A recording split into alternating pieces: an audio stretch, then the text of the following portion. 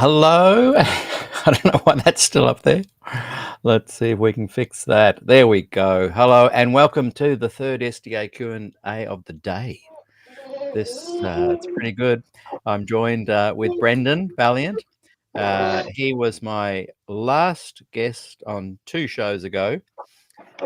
We have been analysing, g'day, hello, the election over there, the Harris-Trump election. The question is, will the Trump-Harris election divide the SDA Church? This is part 2. Nestled between these 2 bookends was a fantastic interview with Dr. Reinda Bruinsma, and highly recommend you go and find his 2 books. One of them is Adventists and Catholics, the other one Facing Doubt. When I say 2, they're the 2 I'm mentioning. He's written several. I've had no chance, Brendan, to watch what's been going on with the election. I'll bring up on the screen perhaps the Aussie one, just randomly to see what is being said. It looks like he's doing a little bit of a have I got the right one there? Is that the ABC? I'm not 100% sure if I've opened the right one. Yes, that is the one. So let's just recap. I'll take that down for now. Yes. Let's just recap what was going on before and where we are now. And you were saying the 3 states that were the deciding states. Well, since we spoke last, some of what I said has come true. So most outlets have called both North Carolina and Georgia for Trump. Arizona has dropped, and just a second. What about the 3 states you mentioned? Pennsylvania. So now we are still down to those last states. The states that we're watching are Wisconsin, Michigan, Pennsylvania, and Trump's pulling ahead in each of them. In fact, the decision desk chance of Trump winning, it's now up to 94%. So decision desk have got him at a 94% chance. A few minutes ago it was 93.4. So that's ticking up. If I have a quick look over at AP, the Allied Press, I don't know if they're doing a percentage chance, but they've called both North Carolina and Georgia. New York Times it's refusing to. It hasn't called Georgia yet. It's put it in a different color. Sorry? Let's just see what the Aussie, while they're pointing out numbers there, I like to kind of see what they're saying. Let's see what that's doing. An Arizona and a Wisconsin away. So Donald Trump's path has plenty of options at this point to get to that 270 mark. Pennsylvania, if these things go the way that they are leaning at the moment, Pennsylvania could well be enough, or any 2 of these 3 states. And it's still pretty early to look at the numbers in Nevada, but maybe we'll bring them up in a second. What are, on the other hand, Kamala Harris's pathways at this point? She's at 210. She would need to sweep that Rust Belt. She needs to win New Hampshire, where she is leading. She needs to win Maine's statewide votes. She's at 260. And she'd need to win both of those. It's getting very difficult for Kamala Harris at this point to get over the line. Actually, she wouldn't need Nevada. I've over-egged there. But Arizona would get her over the line. Nevada wouldn't quite. So it's becoming very narrow now for Kamala Harris to... I've forgotten Minnesota, sorry. She'd lead to take Minnesota. So you can see, though, she needs to sweep a lot of what's left. She could lose those 2 if she wins Minnesota and sweeps the Rust Belt. But she has to sweep the Rust Belt, and she's not at the moment ahead in those states. Might just very quickly show you Nevada, because we do have a few figures there. I need to get out of that graphic and then I'll get back to you. So Nevada, we have now 75% of the vote has just come in. That's come in very quickly. 50.9% for Donald Trump, 47.5. Donald Trump is 3.4 ahead. But Clark County, well, that's all come in very quickly as well. I'm going to have a look at these. These have come in while we've been speaking. Casey, thank you. Let's bring in our correspondent Barbara Miller at Kamala Harris headquarters in Washington, D.C. And Jay McMillan is at Palm Beach in Florida with the Trump side. First to you, Barb. We've been seeing some pictures of supporters there looking worried. Come back to you in a moment, Brendan, to see what they're going to say. Looks like we might have lost. Well, they're a lot more than looking worried right now. They've cleared this venue very, very quickly. A campaign co-chair addressed the crowd, Cedric Richmond, saying, thank you for believing in the promise of America. We still have votes to count. We will continue overnight to fight that every vote has been counted, for every voice to be heard. But that campaign co-chair is saying that Kamala Harris would not come here tonight to her own election watch party at Howard University, the university she attended. She would instead address her supporters tomorrow. Now, this venue, several thousand people here, it cleared out within minutes. It was almost as if people were running towards the exits. I saw Nancy Pelosi, the former House Speaker, arrive and sort of walk into the outdoor arena here and pretty immediately walk back out. So very, very disappointing night for the Harris campaign, for the supporters here. They've gone home now, hoping against hope, perhaps, that things might look a little bit brighter in the morning. But as you can imagine, a pretty devastating sign that the Vice President didn't take to the stage behind me here. It was all set up with a bulletproof glass all ready for that address that was to have been filled with symbolism. Coming back here to this historically black university, she hoped to claim victory in this presidential election, to become the first female president, the first woman of color to be in the White House. It doesn't look like that's to be, but of course, not every vote has been counted, and the campaign will look to the following hours, perhaps even days, to see if there's any glimmer of hope that she could still claim victory over Donald Trump. Barb, thank you.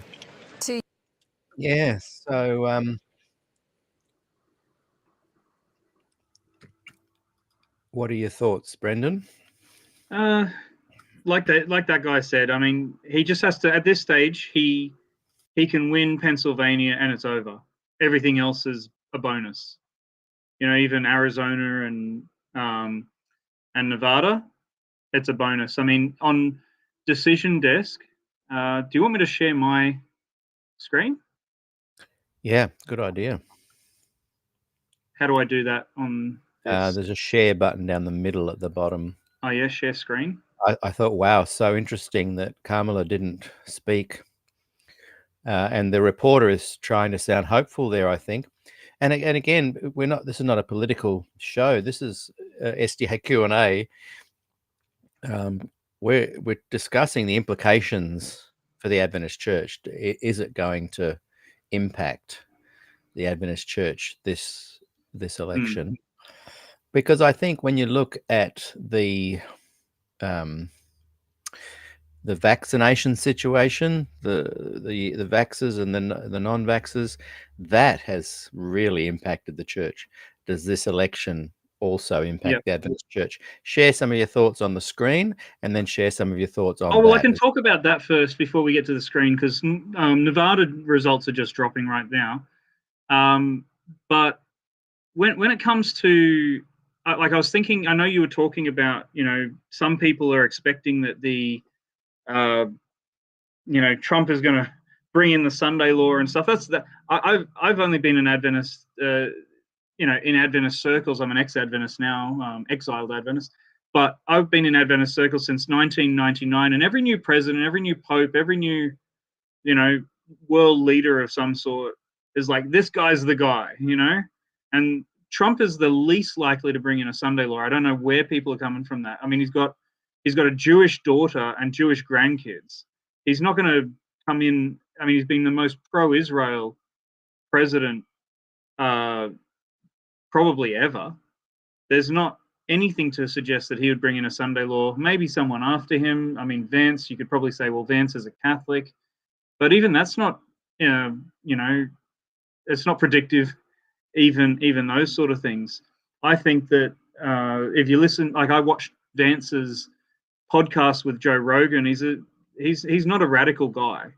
He's not even a radical Christian guy. Like a Catholic you'd expect to be militantly pro-life, but he was all about the exceptions and all about understanding for people who are going through situations that where they're contemplating abortion and things like that. I think, I think that let's not get speculative about what's happening in the world. That's how I've treated eschatology for a long time. What will happen will happen. Prophecy is not there so that we know the future, but so that when it comes to pass, we can believe. And it's interesting in watching some of the people that I can see that are watching us today.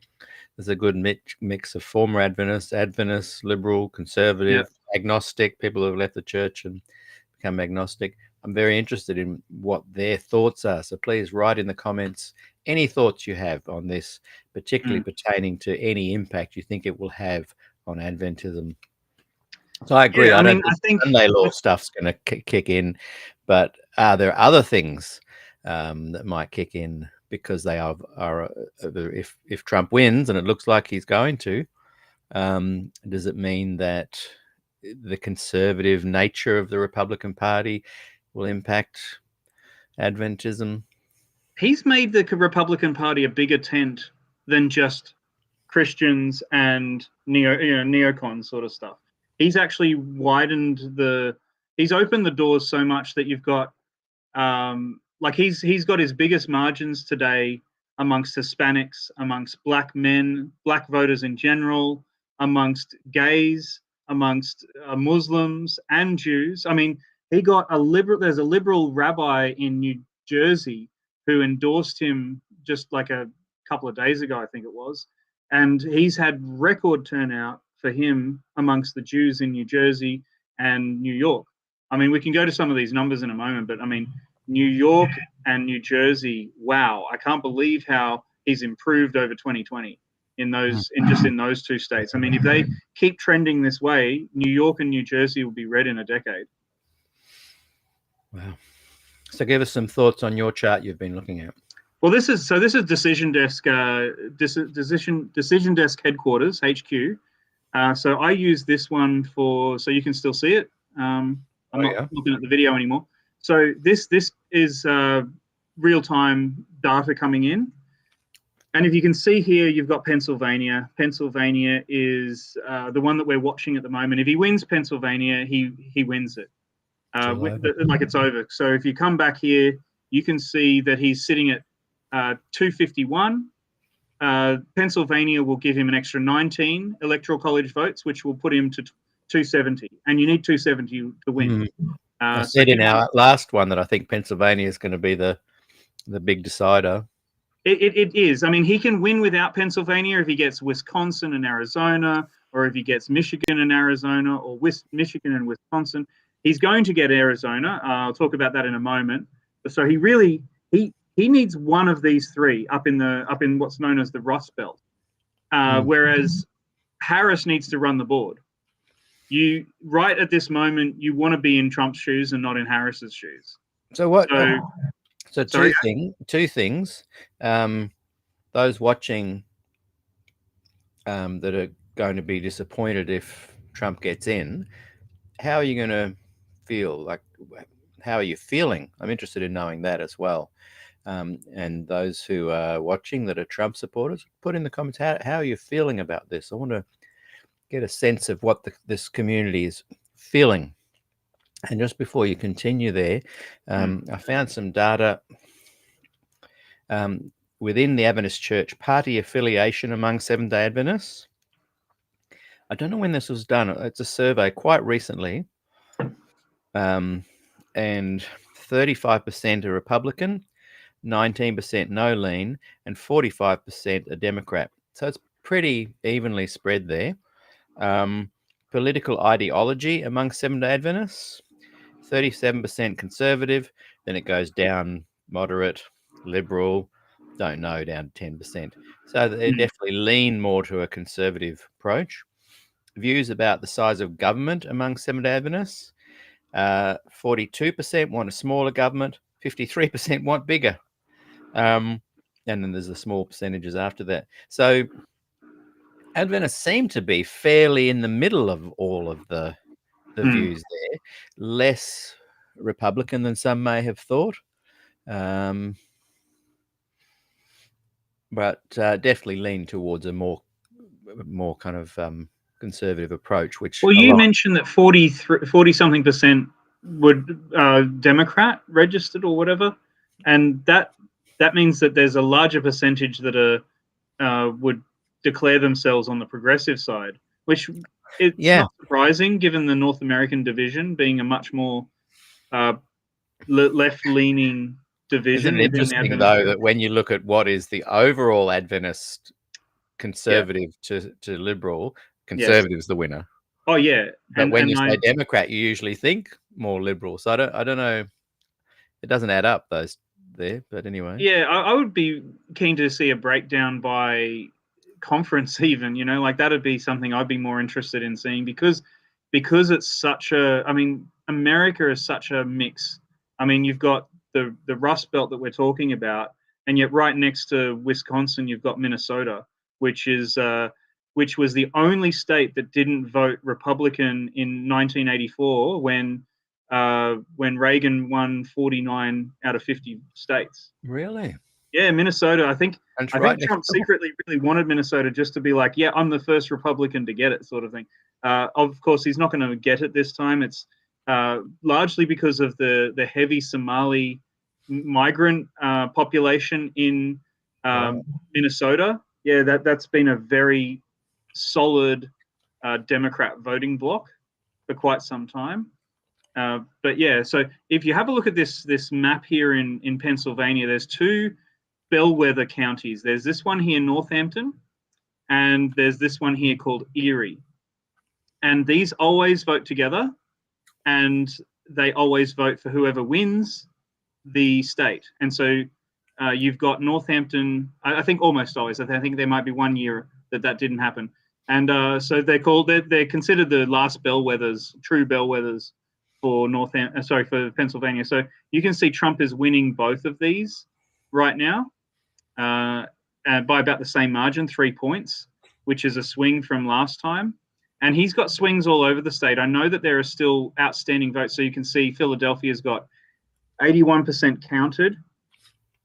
Now, based on the early voting and based on what the pundits were saying, she needs to get, according to what they're saying, she needs to get 700,000 votes in Philadelphia County to come close to winning, like to be break even. That's her coming up to 50-50. And if we have a look at the Philadelphia here, she's got almost 500, so 484,000 with 4/5 of the vote in. Can she get to that 700? Maybe. Probably, she'll come close, but I think that 700,000 was based on what their expectations for turnout were in the rural counties, and he's just run the board with these rural turnout. And I mean, this is Center County. This was the only he's flipped this. This was the only central Pennsylvania county that was blue, and he's flipped it to red. So he has done exceptionally well throughout.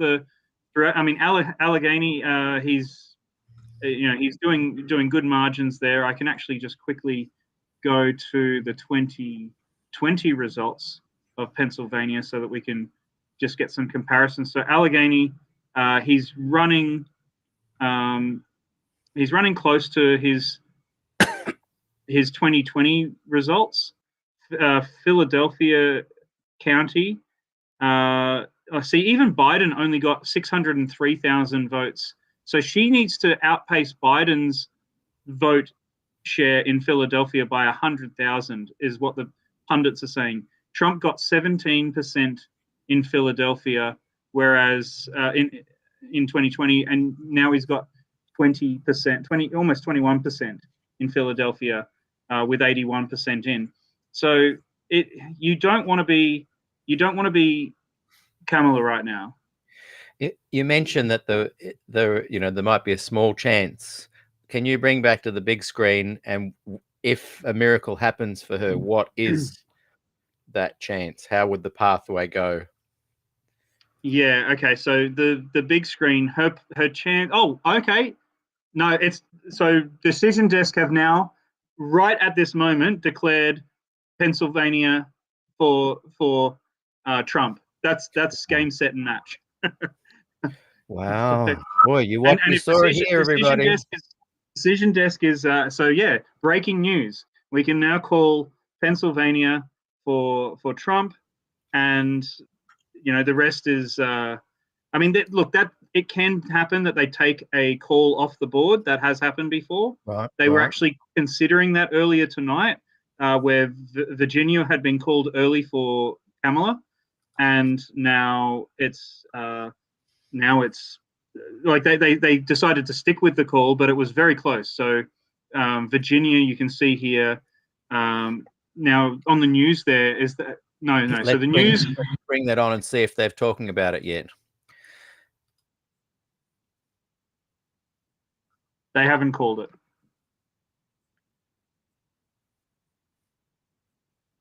They haven't called it. I'll go and check the AP.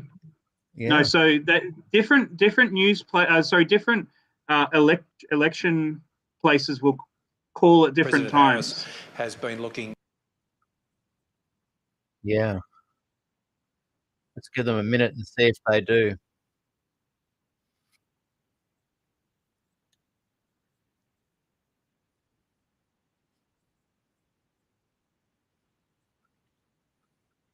Mind-blowing.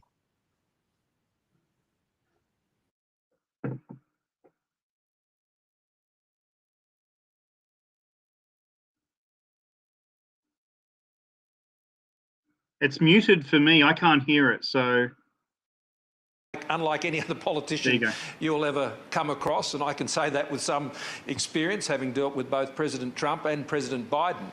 And I think what he brings now is an assertiveness and a strength to the role, which I think will have a very positive impact on global security issues. I heard you just there speaking to Ambassador Sinodinos, Arthur, as I know him, who did a great job for us when we were in government and is well respected there in the US. I think what we will see from the President is a return to that peace through strength agenda, which Robert O'Brien, the former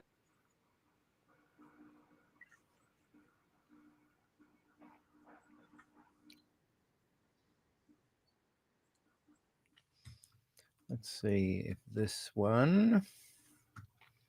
Immigration, crime, and then also reproductive rights is another issue that's more of a democratic issue. But the top three issues of immigration, economy, and crime were something that Trump was running ahead on. Now, what Harris and the Democrats were running on was a kind of a stance of anti-Trump sentiment. And I think they were also running on reproductive rights, which had actually been a very successful talking point for Democrats in 2022 during those midterm elections.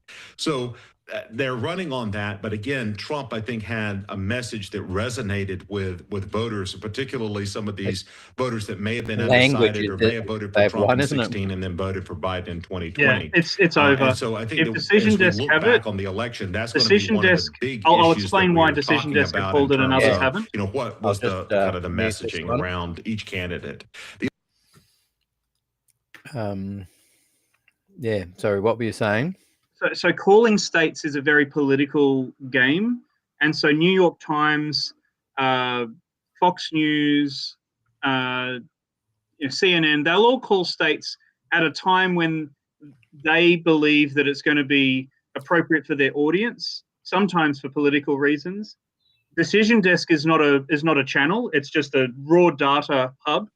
And so when they call something, there's no emotion to it. There's nothing.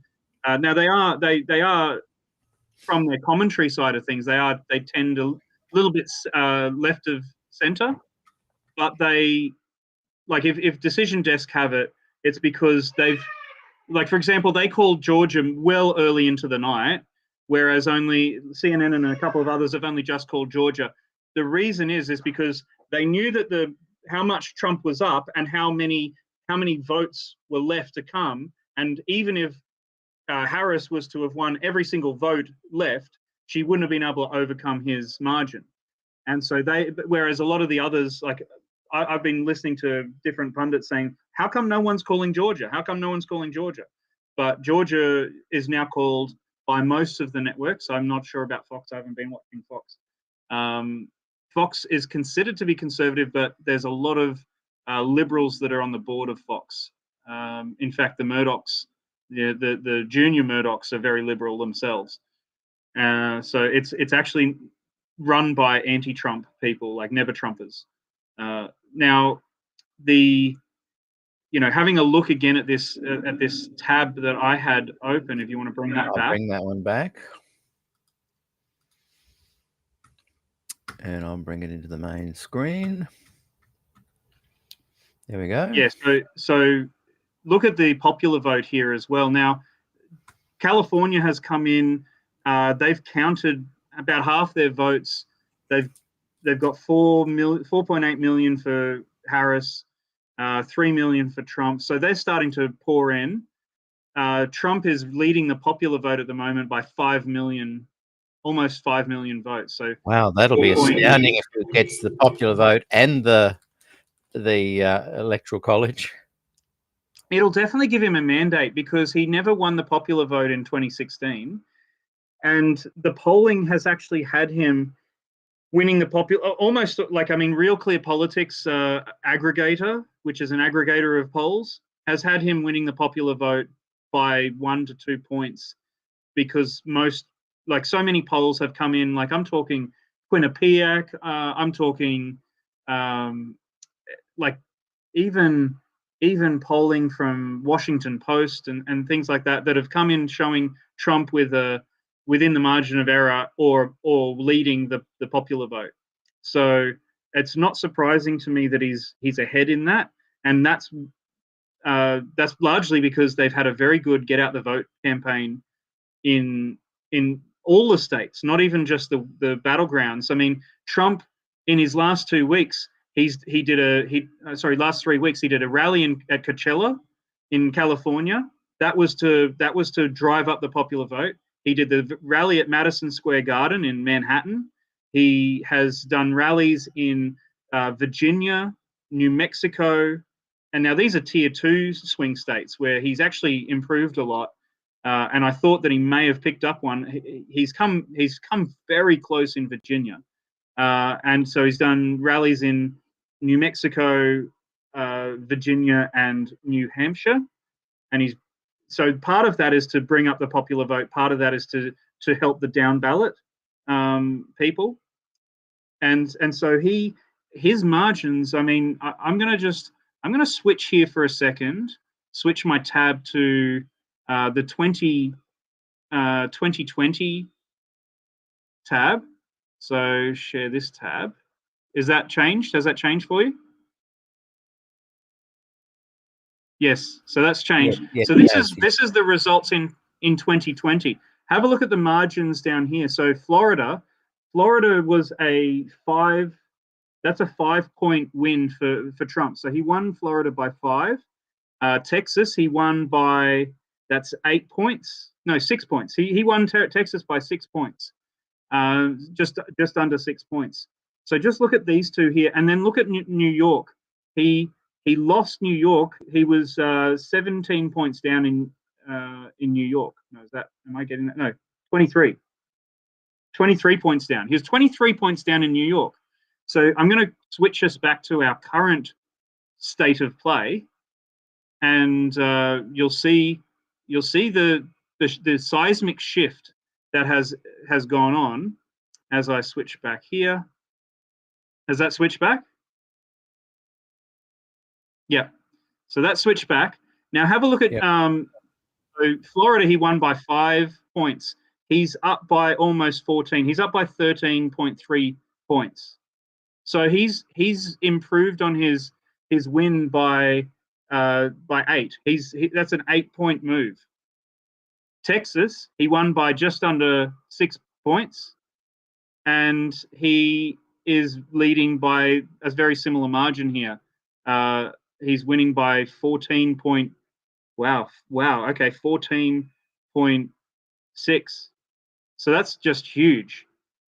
And then New York, he lost by 23 points. Look at look at the shift there. He's down by 11.2 points. So these are massive gains, but the gains are because of reduced turnout especially on the Democrat side. So it's not like he's turned out more voters necessarily. I mean, he has turned out a lot of new voters, but the enthusiasm gap has been felt on the other side.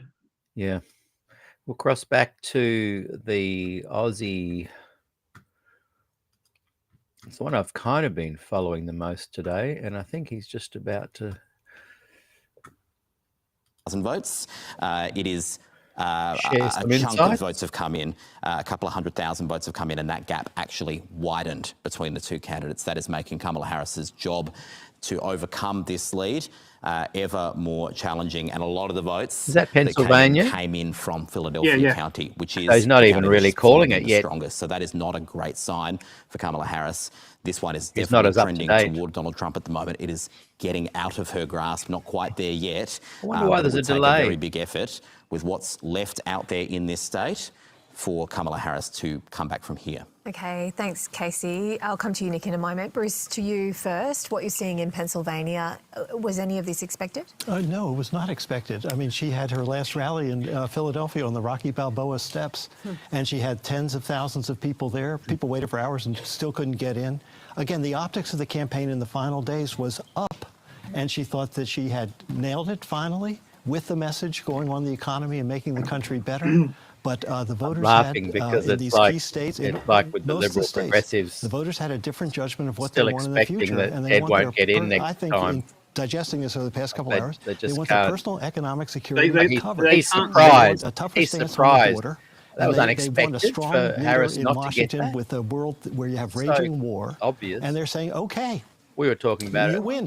But Bruce, in that time, people had already cast their votes, right? When that campaign was hitting its stride, people had already cast their votes. But as we see in the voting that came in today in Pennsylvania, the gap has widened. So his message, his core message was the cut through, as opposed to hers for change. Quick arithmetic point. Donald Trump at the moment needs 19 electoral college votes to win. Pennsylvania has 19 electoral college votes.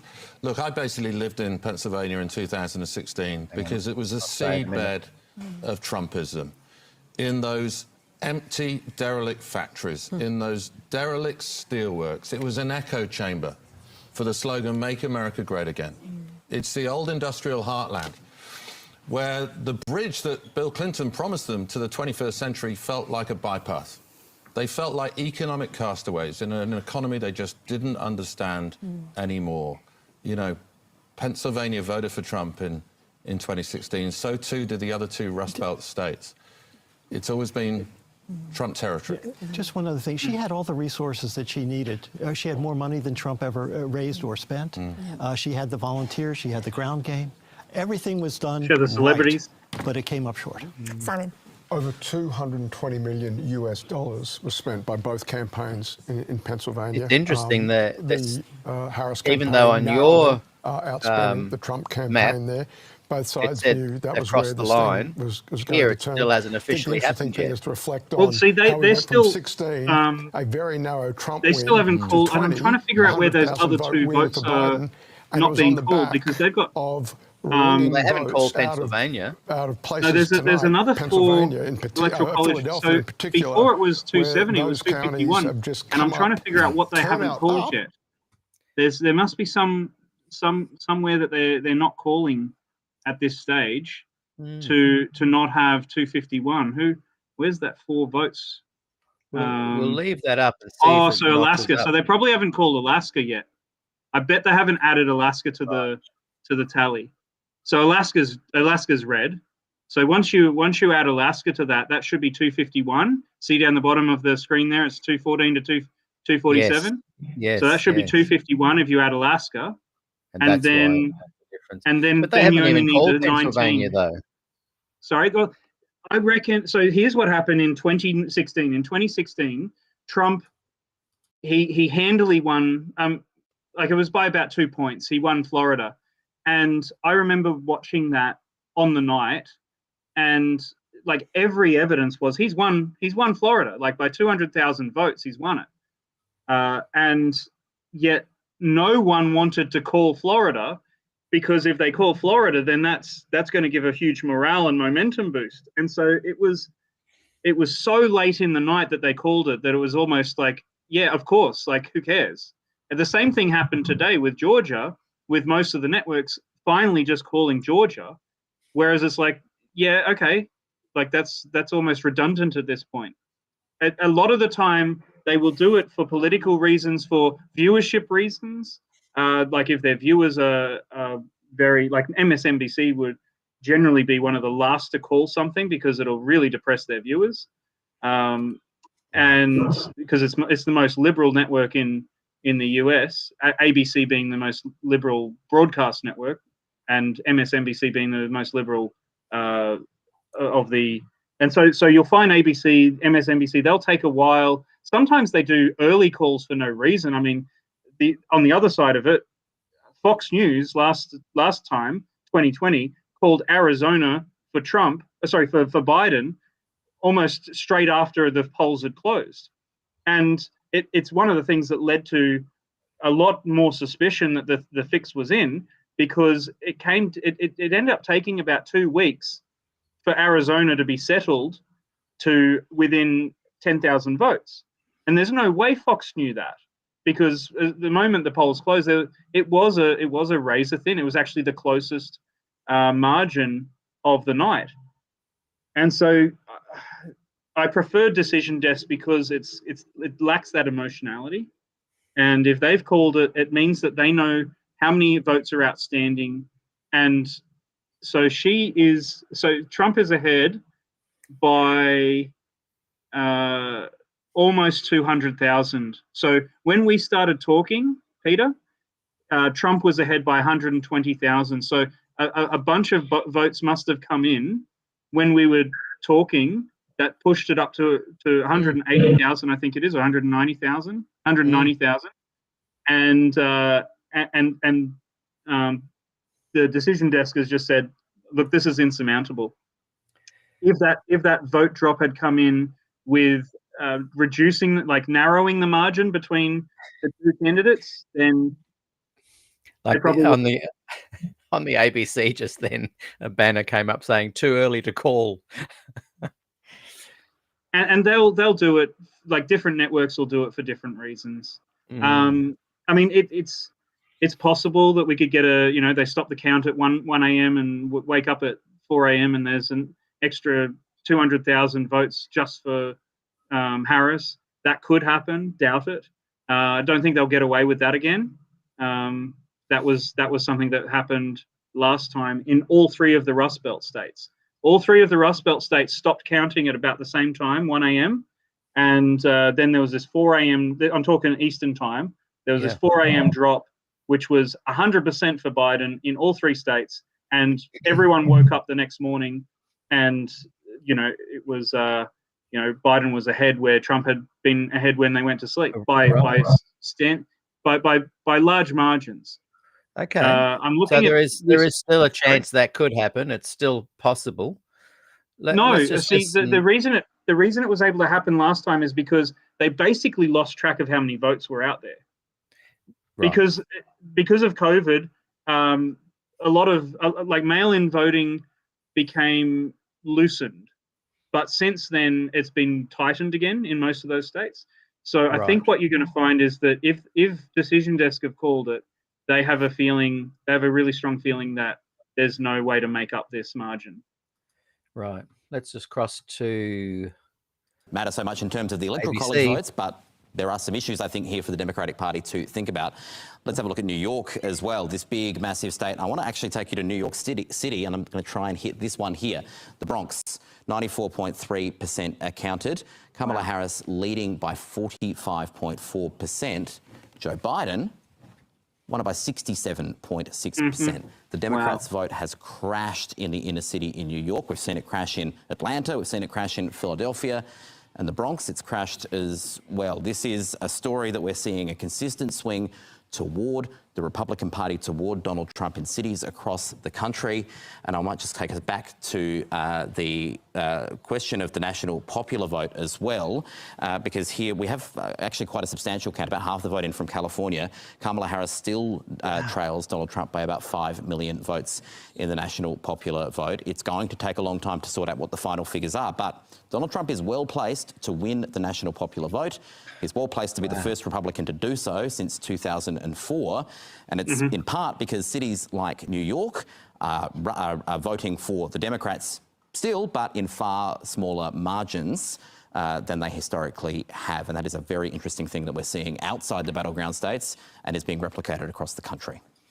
Thanks, Casey. Parnell, there's Andy a Mack, lot of analysis right, online. so I'd love to see what the ministers say on Sabbath. We don't have the full picture We'll have to watch yet, some but of the live streams. Some signs that communities of colour have moved to Trump in a different way to what in they America. did at There's the a lot of last reluctance election. to Why preach do you think on That's anything a political. really interesting riddle. From the I mean, pulpit. you could say And that's first because up, of one of the confusion things that over we the always forget when we're 501c3 talking about communities status. of colour and women Right. and so on is that they actually have the Separation same of church economic and interests state. as everyone else. No, not And even so that. Look, therefore, I that have appeal no to problem with economic preaching about security political is really things important. from the pulpit. Immigration in terms is, of of issues. course, Right. Separation of church and state is a misunderstood issue. I think that separation of church and state is where you want to prevent the state from having an influence on the church, but I think the church should, as moral agents, have an influence on the state in terms of morality and social justice issues. This should be our area of lobbying for things. So I don't think that there should be any reason to stop it. But in America, you've got the 501c3 status, which is the charitable entity status, and that churches come under. And to be a 501c3 entity, you cannot be taking the side of a political party. Now, some have taken that to an extreme where they think you can't have a point of view on political issues. That's not true. You can still get up and speak about immigration or abortion or whatever issue you have. If you believe there's a moral reason to preach on it, you just can't come out and say everyone go and vote for such. Now that doesn't stop that happening, and in fact, you'll see that there have been people who've come out and they've done it. They tend to do it not from the pulpit. They tend to do it in their personal capacity. So you've got Franklin Graham, who's been a big supporter of Trump, but then you had Kamala Harris went to black church in Georgia, and basically she took the pulpit for a little bit, which was kind of weird. And they have a thing in America, the Democrats particularly in places like Georgia, where they have souls to the polls. And so after Sunday, they try and get out the vote for especially African Americans to go to the polls after the Sunday service. The numbers for souls to the polls this year was very, very down. Yeah. I've just looked across at CNN. Can you hear me? Yeah. Yes, I can hear you. And they're just saying that standing by to hear from Donald Trump. So I think Trump, because of Decision Desk, Trump will declare victory. Yeah. I wonder why the other two channels aren't advertising that. It'll be political reasons at this point. It'll be 100% political. They don't want to give the win to Trump on the night. They probably want to see if they can draw out lawfare sort of matters. See if they CNN can. though. CNN are the ones saying Trump's about to speak. Oh yeah. Yeah. Okay. Yeah. Well, I mean, the others might be reporting it just at different times. Yeah. I'll bring CNN in. I haven't actually brought in CNN at all today. You bring him. Do that. I think this is it. Just get the audio going. campaigning for the next one around as well. Goodness, you're barely surviving today. Trump's only really got 2 years in which to get things done, because he'll lose some of the midterm elections. Traditionally, they go against who's ever in the White House. So it may well be that the Republican Party will lose control of the lower house and the Senate. Let's remind everyone what we're doing here. It is 1:47 a.m. there in Florida. Donald Trump is in the building, somewhere in the back there, getting ready to come out and speak to his supporter base. As we started with the numbers earlier in the day, we started the day saying all Hillary polls were said she won't suggesting speak this till was the morning. too close to call. It started to shift. Donald Trump's numbers from the very get-go in all of this day were there from Hillary. the beginning and strong. Kamala said she won't speak till the morning. Listen to this. But someone just wrote Hillary hid as well. That's what got it. He is now the second president in U.S. history to win 9 consecutive terms. The first was Grover Cleveland in the late 1800s. Senator J.D. Vance will become the 50th vice president of the United States. Historic Voters moment. expressed deep frustration. Yeah, I think they talked administration in the 1800s. Grover Cleveland was the last president to win 2 non-consecutive terms. The strategy that they doubled and tripled down on over the course of the last few months absolutely succeeded and brought him. He was the 22nd and 24th president, I believe. President of the United States, former President Trump now defeats Vice President Kamala Harris, who entered this race just over 100 days ago. Yeah, but they haven't. And for Democrats, they were projecting the possibility of running the. They haven't declared it yet. No. David Plouffe with the Democratic campaign of Harris campaign suggested that just yesterday. Now it is possible Look at that the Donald Trump runs the table. CNN map. And builds on a. Yeah, I'm just looking at the moment at the Senate results, and wow, they've picked up. They were always going to pick up 2 Senate seats. Right. They picked up West Virginia and Montana. Those are going to be wins. But they've also picked up Ohio. So the Republicans have picked up Ohio, and it looks like they're ahead in all 3 of those Rust Belt states, which would be pickups. So that's they're at 52, 51. Montana's just a matter of time before it's called. Oh, and they're also ahead in Nevada. Oh no, that one's Razor-thin. That's by 100 votes. That one's going to be one to watch. Nevada is going to be one to watch. Sam Brown ran a very good campaign there in Nevada, which has not really had it's been about 3 cycles since they've had a Republican elected to the Senate. So you've got that will be major pickups if Trump's coattails pull over the senators in the Rust Belt there. ABC. It's going to take a while for Trump to talk because he's just. Sorry, no, you won't miss it. It'll be about a 30-minute talk, I reckon. No, I mean, as in, we'll have to stop in about 10 minutes. We might miss it for the show. Oh yes, that's okay. ABC News Australia has just said Trump has a clear path to victory. Fox says Fox News projects Trump wins presidency. Yeah, and where we're watching now, they're just standing by to hear from Trump. I'd say that because Decision Desk and Fox have called it, that's why he's making his speech. Now we've had some people watching in the wee hours over there in the States, and I want to thank them before they leave. Yes. Some of them are about to hit the hay. Arthur and Teresa Beam, thank you for watching. It's going to be an interesting day when we all wake up tomorrow and see if there has been any surprises, to see how people react. And I'm very aware that within the SDA Q&A community, there's such a diverse bunch of people. I'm hoping that we can all focus on the common ground that we do share here and that we've talked about at other times. But wow, we've just witnessed potentially history. Very impactful bit of history. Yeah. That's just going to an ad. That's why I steered clear of CNN, because they were doing these ads all the time. So Yes. I'll just remove them. Yeah, any thoughts before we close? And what we'll do is I'll let you have a bit of a summation, and then we'll just go over to the ABC News to see if they're going to say anything as well. So yeah, give us your thoughts there, and remember, summarize with how does this impact, or will it divide the church? With the church, they're going to be fine.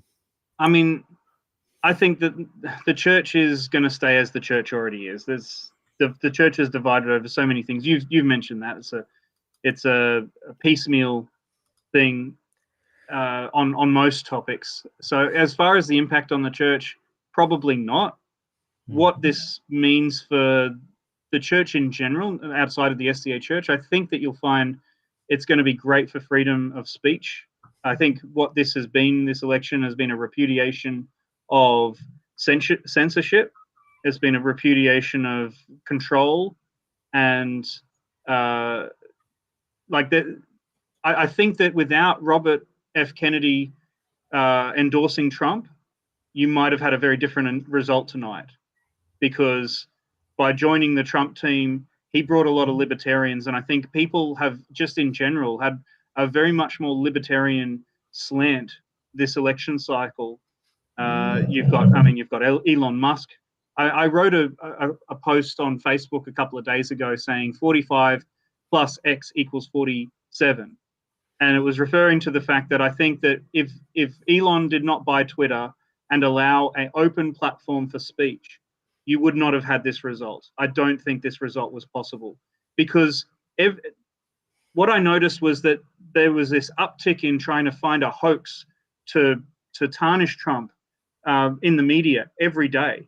Like, he said something about how, people like Liz Cheney, because Liz Cheney, daughter of Dick Cheney, warmonger Dick Cheney, came out and endorsed Kamala. And so what ended up happening was Trump got up on stage and he said, maybe Liz Cheney should go out there with a gun and see how she feels when she's got nine rifles pointing back at her.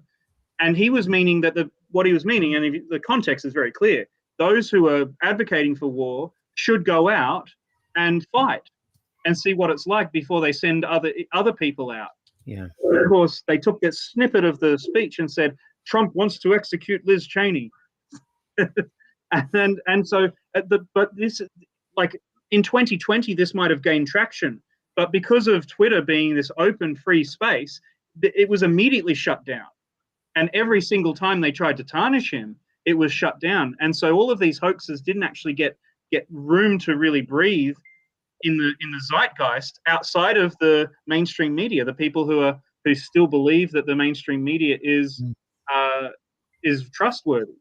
And so I think this is a repudiation of endless wars, a repudiation of control, a repudiation of the divisiveness of race baiting, potentially. And yeah, that's what I would say is a lesson learned out of this. And you can see how shocked the people on CNN and some of these other mainstream channels are. They couldn't see it coming. Whereas for those of us watching on X, it was pretty obvious that this was where it was headed. Yeah. Good summation, Brendan. Thank you for your time today. What a journey. What a day. I'm so glad we did these two bookend shows either side of the Rainer Bruinsma program. Wow. I'll go and watch that now that the fun is over. It's a really interesting interview, and great guy, really great guy. I really enjoyed it. Can I just say one more thing? Yeah, I'll just a quick tomorrow, and then I'll let you wrap it up. Oh, I just want to quickly say, please come and support this channel. The link is up here. Peter doesn't always remember to do that. Thank you. Please support SDA&A with the link up in the corner, the QR code. Peter does a great job. Mate, I appreciate you for saying that. And thanks again on your ordination with Alina. That's amazing, isn't it? And thank you for that. Tomorrow we've got Giles James, who has been watching today. He's known as Jimmy James in the comments. And then we're going to need it on our Friday.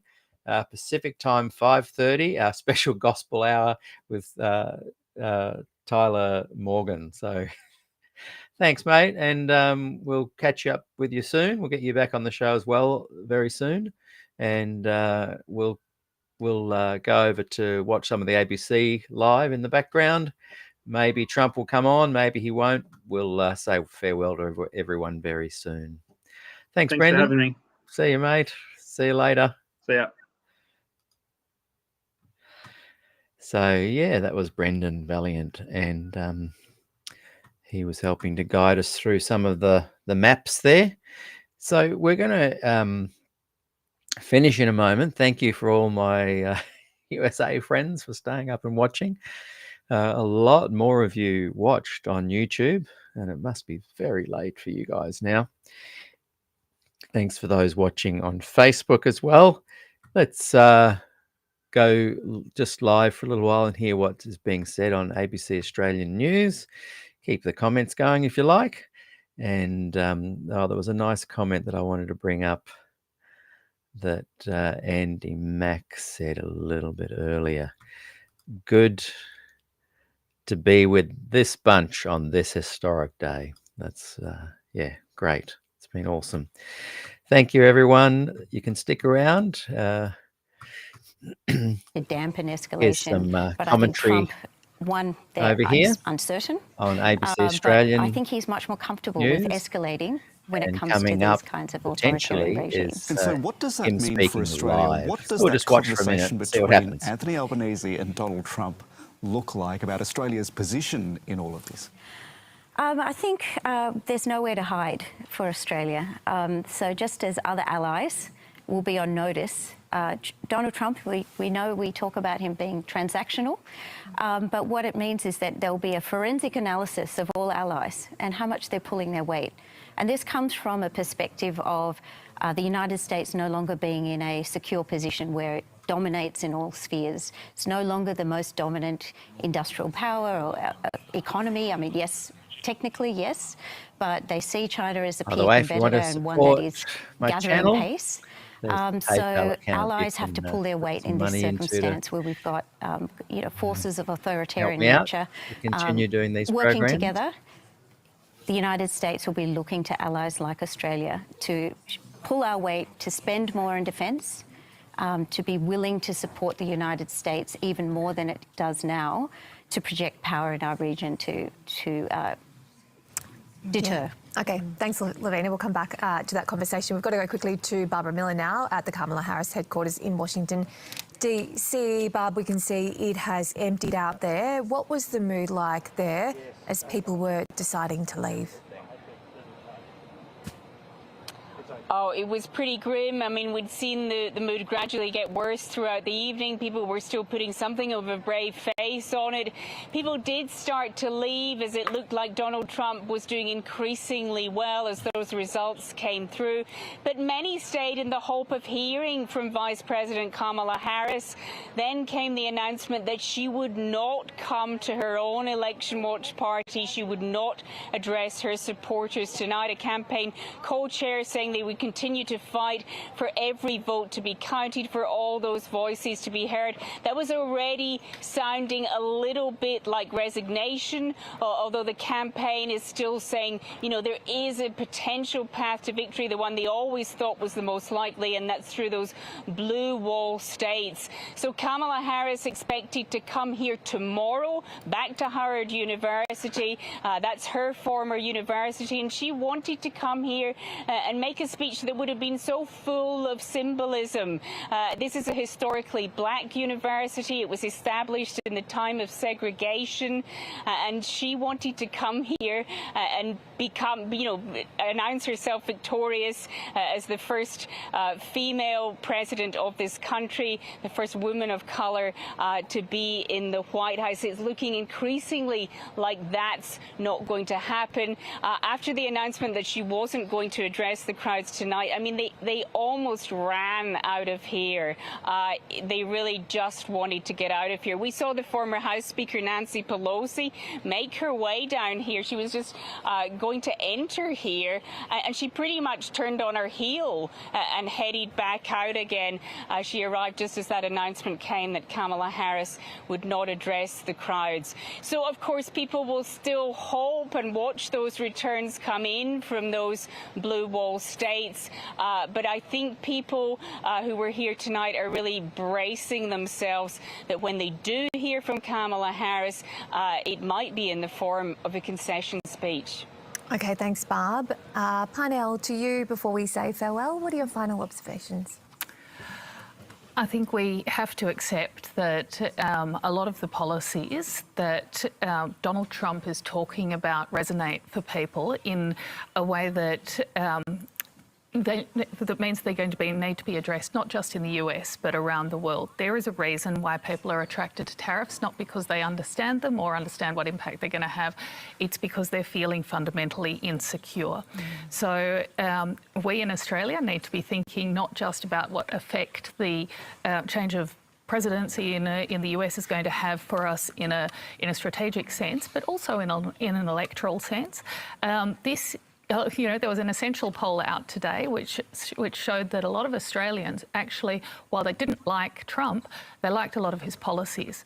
And I think we need to start thinking about why are people attracted to economic policies which have been shown time and time again to be ineffective and to actually damage people, and how can we better help those people who are being affected by globalisation.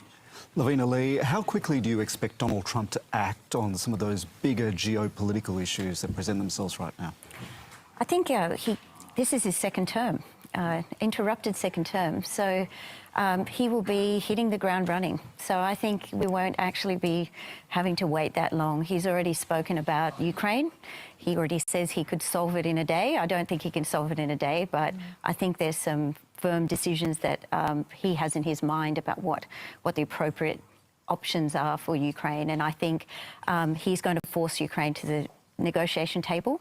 I think we have to remember he's a deal maker, so it doesn't necessarily mean that Ukraine will come out of it with nothing.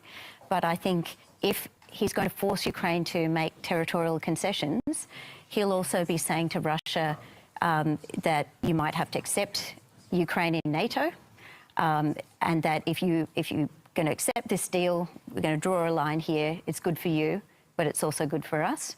And I think Ukraine will be, it's not something that Zelensky obviously wants, but for Trump, the big game is China. And it comes from that position of insecurity that the United States does not think that it can simultaneously fight two wars at once. So that is the nightmare scenario. And that's why it's talking to its European partners and saying, essentially, you've got to step up. All the allies have to step up because the United States can't do it by themselves anymore. So they want to make a deal with Ukraine and focus on the big game. Well, Lavina, Parnell, terrific to have you both on the panel. Thank you for coming in and joining us. I want to take our viewers back to the live pictures coming out of West Palm Beach, Florida. We're keeping a very, very close eye on movements there. Obviously, the mood has been building with Fox News now calling the result for Donald Trump. We are not in a position to do that just yet, although the path to victory looks likely for him. Robert F. Kennedy is among those supporters, the well-known supporters of Donald Trump, who's now arrived at Trump headquarters at this support party. The Australian Financial Review is reporting that Gina Reinhart is there as well, along with Tucker Carlson and Nigel Farage. Donald Trump is expected to appear at this event at some stage during the very small hours in the United States. It is 2 a.m. on the east coast of the USA, so we will take you back to West Palm Beach, Florida, when Donald Trump appears. Simon, just quickly over to you. I know you had something to say there as we were talking about foreign affairs, and I'd love to hear your observations. Lavina, I remember from my time running the United States Study Centre and having a front row seat to all things to do with US-Australia relations during Trump Mark I. I was struck by the fact that there was a cast of characters who'd come into Trump administration number one who were experienced foreign policy hands and could buffer relationships like the US-Australia relationship from some of the more voluble impulses of Trump. Do you have any indication of who is likely to staff up a national security team for Trump and Mark II, where it seems like the criterion is less expertise and more personal loyalty to Donald Trump? I would say that the major players for foreign policy will be Robert O'Brien and Bridge Colby, and both Robert O'Brien has written in the Foreign Affairs, but he's pretty much saying America needs to spend more on defence, it needs to compete with China, it needs to beef up its nuclear weapons programs. So that's a big deal. And you've got Bridge Colby, who's one of the major proponents of the idea that we need to, that the United States needs to make a deal with Russia in Ukraine, because the United States can't fight two wars simultaneously, and that the big game is essentially China. Okay, so they're the major ones. Thanks to you both. Let's go over to Casey now. Yeah, just quickly note, Bridget and Jeremy, that while we've been watching the state of Pennsylvania really slipping slowly out of Kamala Harris's grasp, several US media networks now, CNN, NBC and Fox News, have all called the state of Pennsylvania for Donald Trump. It's not in the Associated Press calls that we're relying on today in our coverage, so it's not in our list yet, but I will just note it is important, it's noteworthy that 3 US media networks have called the state of Pennsylvania. Okay, thanks, Casey. David Spears is up late for us in Washington, D.C. Not sure you're going to bed anytime soon, David.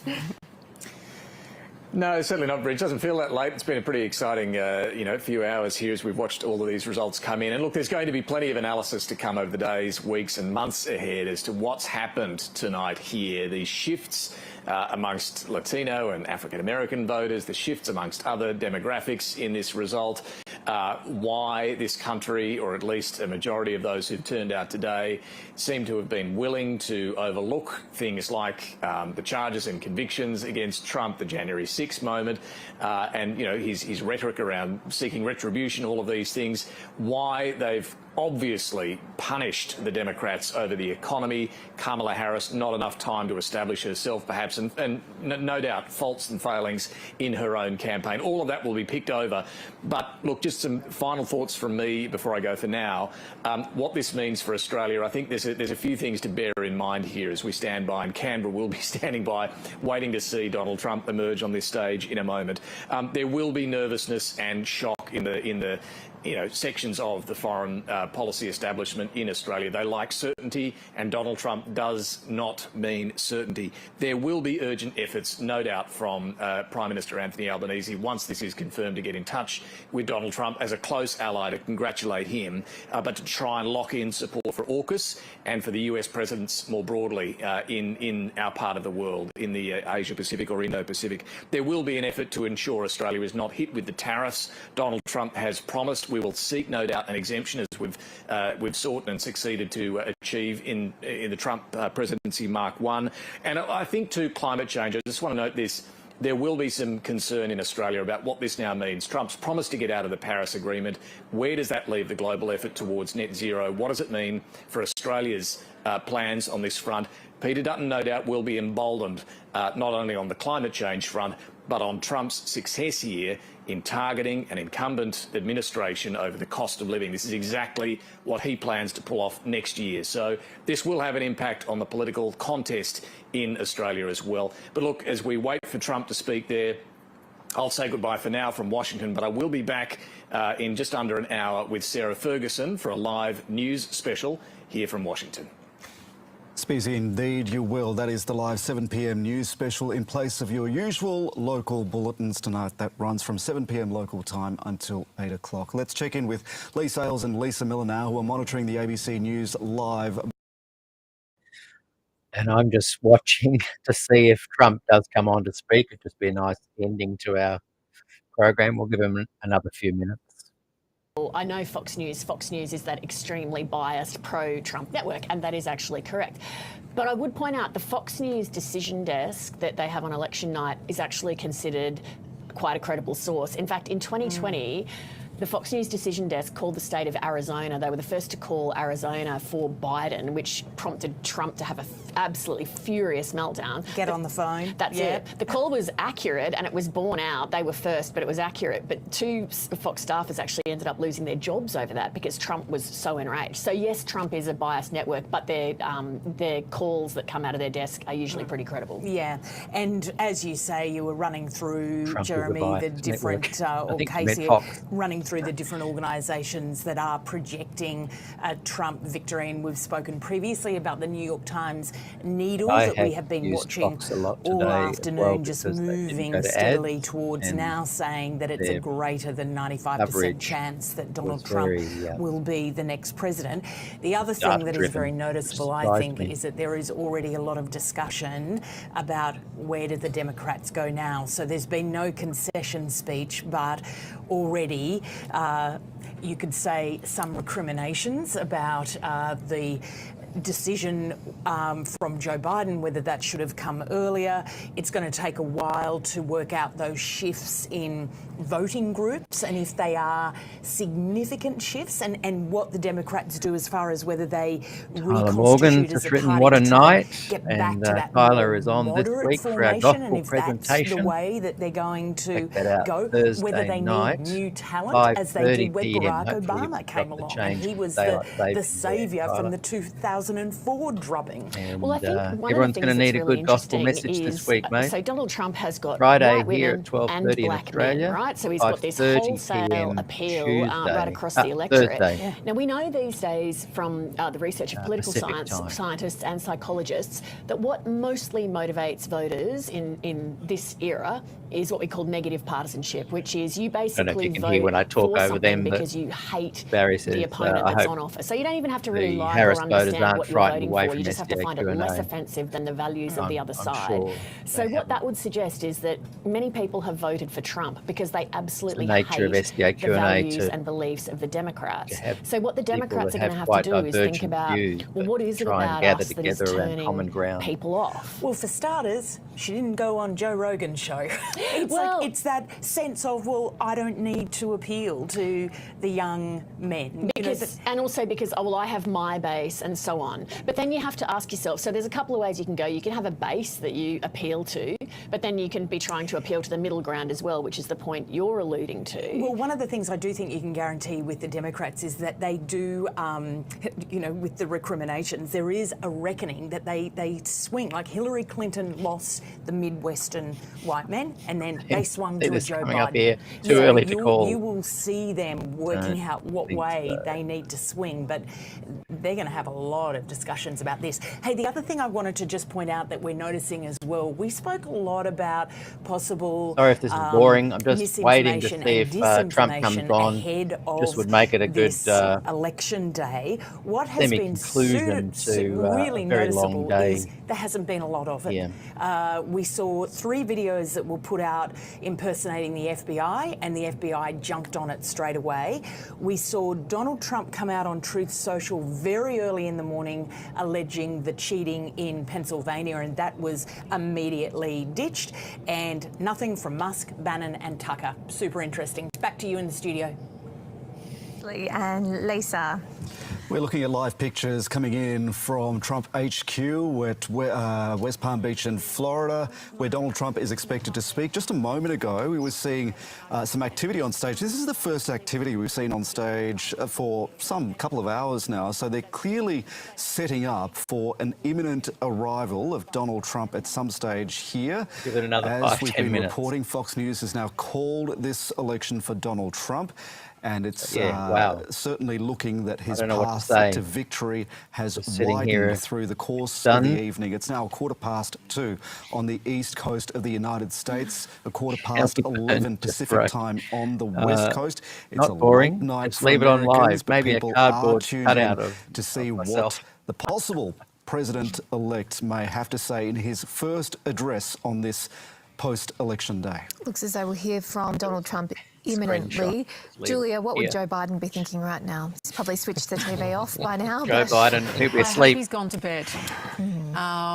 Because there's going to be a lot of questions about, you know, I mean, again, what Nick and I have been talking about before. What Nick saying, well, that's why he thought he should keep running, because he just didn't think that a black woman could win in the United States. In the Others race, were saying, and would it be different? I think probably more vociferously, that he should have stepped aside and given her much more time, and also let her compete against. Is she the best candidate that there was for the Democratic side? In primaries, they have to hone their views on a whole bunch of things, state who they are, state how they're different, and she didn't have that chance. Look, Biden, you know, but also losing a lot of places that he made inroads into. I mean, that's surely going to grieve him. Do you know what that primaries point reminds me of? Come back to this if we can. Sorry, I've known Casey's anxiously awaiting us over there at the wall. Yeah, I want to look at another very much a non-battleground state. We've been digging around the map just looking for interesting patterns, and I want to just show you Texas, in particular the southern end of Texas. Have a look at this set of counties down at the bottom, near the border, we should say, the border with Mexico. These is what it looks like in 2024. This is what it looked like in 2020. 2016, 2012. Let's also just have a quick look at maybe a couple of examples so you can see that blue blob, as Simon Jackman's been calling them all day, that blue blob has been receding. Let me just pull out one county in particular, Starr County, which Barack Obama won by 73 percentage points just 12 years ago. In 2016, Hillary Clinton won it by 60 percentage points. In 2020, Joe Biden won it by 5 percentage points. Wow. And in 2024, Donald Trump's won it by 16 percentage points. We are seeing over time, and particularly in this election, this part of Texas near the border where immigration has been an issue, turning red. I'll bring it up. If Biden had been just running, talking about the lack of a primary contest to bring in Kamala Harris, it reminds me a little bit, and it's a very different scenario, but of when Julia Gillard took over from Kevin Rudd. To put it in an Australian context, I mean, that was an undemocratic transition, if you like. It was very clean, but there is a reason that politics is messy. You know, there's a reason that primaries exist, you know, to test candidates, to pressure them, to put them through their paces. And I guess the other sort of echo, if you like, not that the US is echoing Australian politics, but the other thing around that time was the surge in migration here in Australia, asylum seekers. Another sort of thing that was going on around that time here in Australia that massively damaged Labor, and I think that's a factor as well in the United States. I think historians will look back and think Biden did too well at two critical junctions in the midterms in 2022. Yeah. Remember, we were expecting the red wave, and it was kind of a red ripple. It was kind of nothing at all. That encouraged Biden to stay on. And there was a second moment as well, this year's State of the Union address. Do you remember? I mean, he was like, wow, what did he have for breakfast? He's just poor.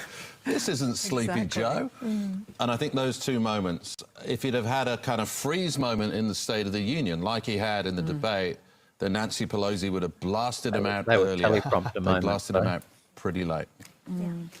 I don't know, it's funny you bringing up Julia Gillard. I mean, it just reminds me, we talk about double standards a lot, and I don't want to be simplistic or reductive about this because it is a very complicated result and there's a lot of things going through it.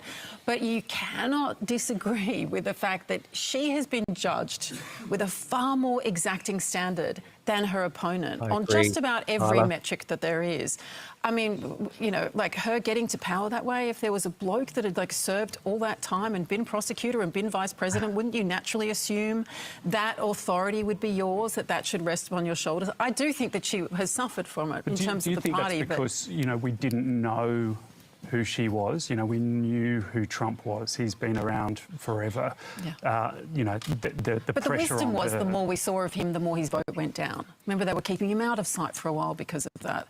I mean, I just think there's some deeper currents here that can't be very easily.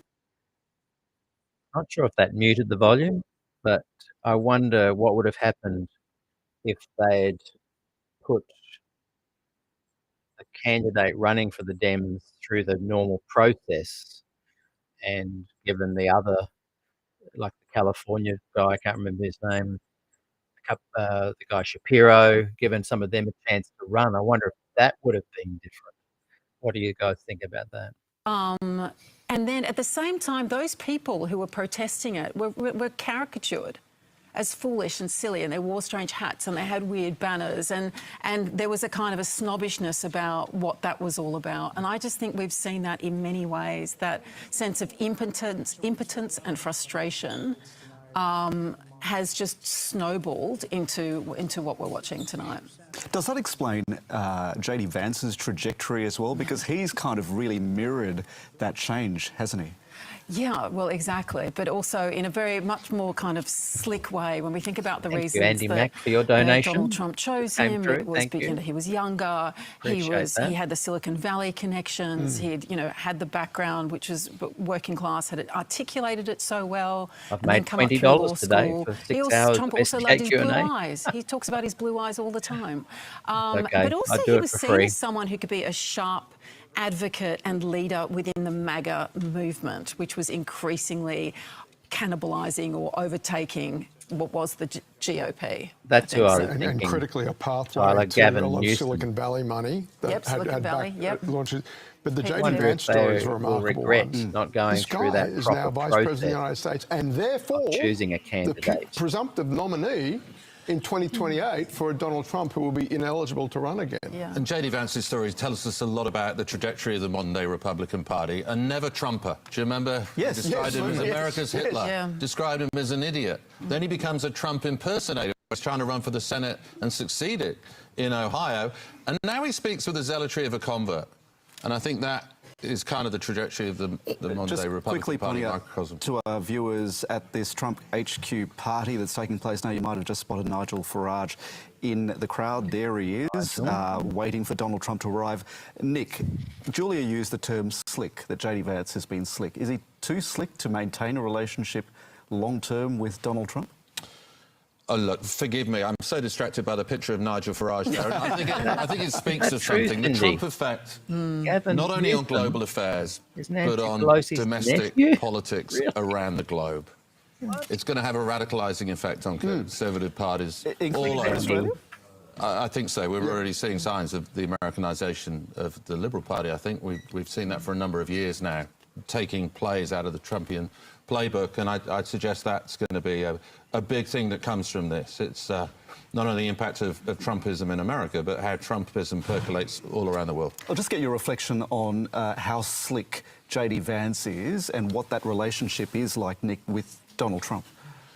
Oh, well, they made it up. I mean, that was the story of how he became the vice president. He positioned himself as the guy that was going to carry on the MAGA movement. I mean, when he was selected, it was a kind of going MAGA.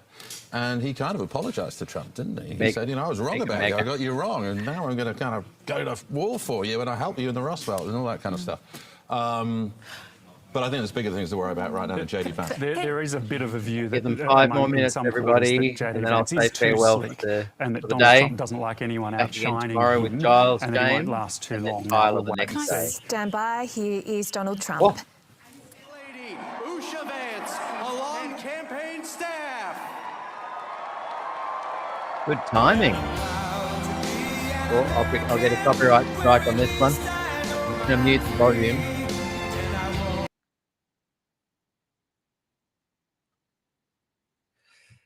Sorry to mute that, but I will get a copyright strike. I probably will anyway. But this is very interesting timing. Can you just hear my voice only now, Cindy? I think you were saying there was 2 there. Yeah, I don't want to get a copyright strike. Here we go.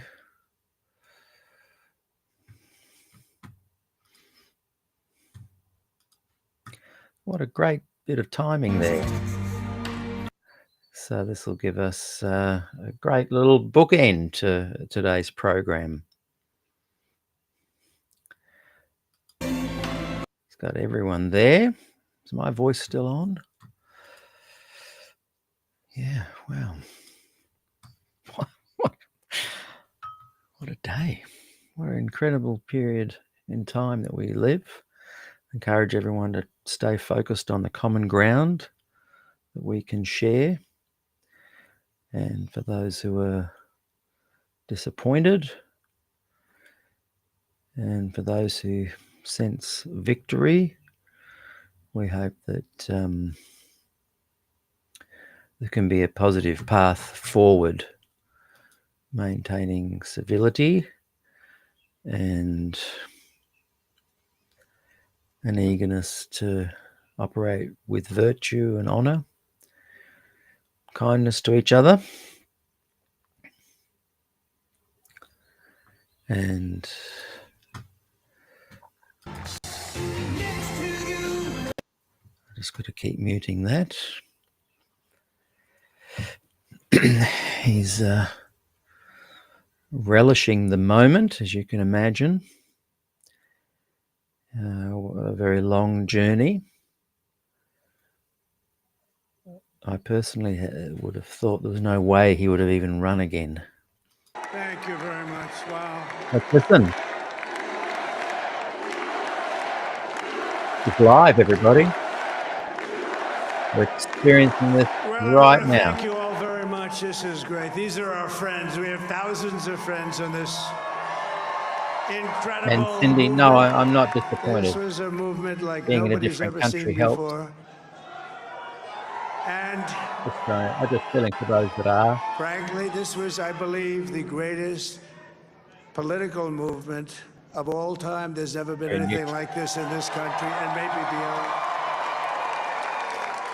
And now it's going to reach a new level of importance because we're going to help our country heal. We're going to help our country heal. We have a country that needs help, and it needs help very badly. We're going to fix our borders. We're going to fix everything about our country. And we made history for a reason tonight, and the reason is going to be just that.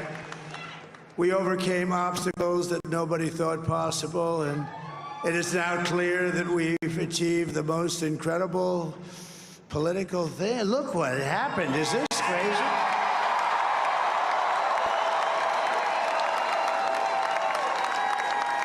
But it's a political victory that our country has never seen before, nothing like this. I want to thank the American people for the extraordinary honor of being elected your 47th president and your 45th president. And to every citizen, I will fight for you, for your family, and your future. Every single day, I will be fighting for you, and with every breath in my body, I will not rest until we have delivered the strong, safe, and prosperous America that our children deserve and that you deserve. This will truly be the golden age of America. That's what we have to have. This is a magnificent victory for the American people that will allow us to make America great again. Oh. And in addition to having won the battleground states of North Carolina, I love these places, Georgia, Pennsylvania, and Wisconsin, we are now winning in Michigan, Arizona, Nevada, and Alaska, which would result in us carrying at least 315 electoral votes, but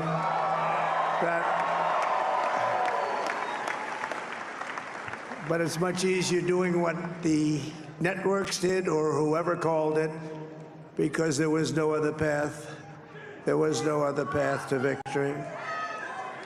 We also have won the popular vote. That was great. Very proud of it. Could you be paying too much for FPOS space? With Tyro Pro, there's no monthly bills.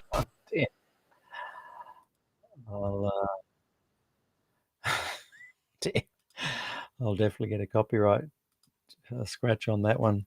So looks like we've been forced to end the program there, and I just want to thank everyone for staying with me today. It is 6:30 here in Australia, and that's my time to go and hang out with the girls and have dinner with them, and I'm looking forward to that.